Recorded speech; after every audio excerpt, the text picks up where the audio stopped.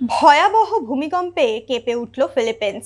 শুক্রবার স্থানীয় সময় সকাল ৯টা ৪৩ প্রশান্ত মহাসাগরের বুকে অবস্থিত দেশটিতে রেকর্ড করা হয় রিক্টার স্কেলে 7.6 মাত্রার প্রবল ভূমিকম্প।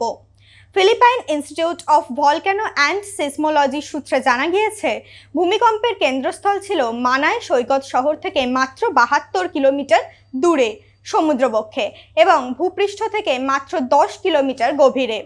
ফলে কম্পনের প্রভাবে তীব্রভাবে অনুভব হয়েছে দেশ জুড়ে। কম্পনের ধাক্কা লেগেছে ১৮৬ মাইল পর্যন্ত বিস্তৃত এলাকায়। এমনকি আশেপাশের দেশ ইন্দোনেশিয়া এবং পাপুয়া নিউ গিনিতেও জারি করা হয়েছে সতর্কতা। ফিলিপিন্সে ইতিমধ্যেই সুনামি সতর্কতাও জারি করা হয়েছে প্রশাসনের তরফে।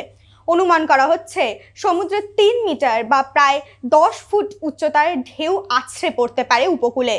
দেশের দক্ষিণ ও মধ্যভাগের উপকূলবর্তী মানুষদের নিরাপদ আশ্রয়ে সরিয়ে নিয়ে যাওয়া হয়েছে। স্থানীয় সূত্রে খবর, ভূমিকম্পের জেরে বেশ কয়েকটি বাড়ি ভেঙে পড়েছে। সোশ্যাল মিডিয়ায় ছড়িয়ে পড়া ভিডিওয় দেখা যাচ্ছে আতঙ্কিত মানুষ রাস্তায় নেমে ছোটাছুটি করছেন। এমনকি হাসপাতালের রোগীরাও নিরাপত্তার জন্য বাইরে বেরিয়ে আসছেন।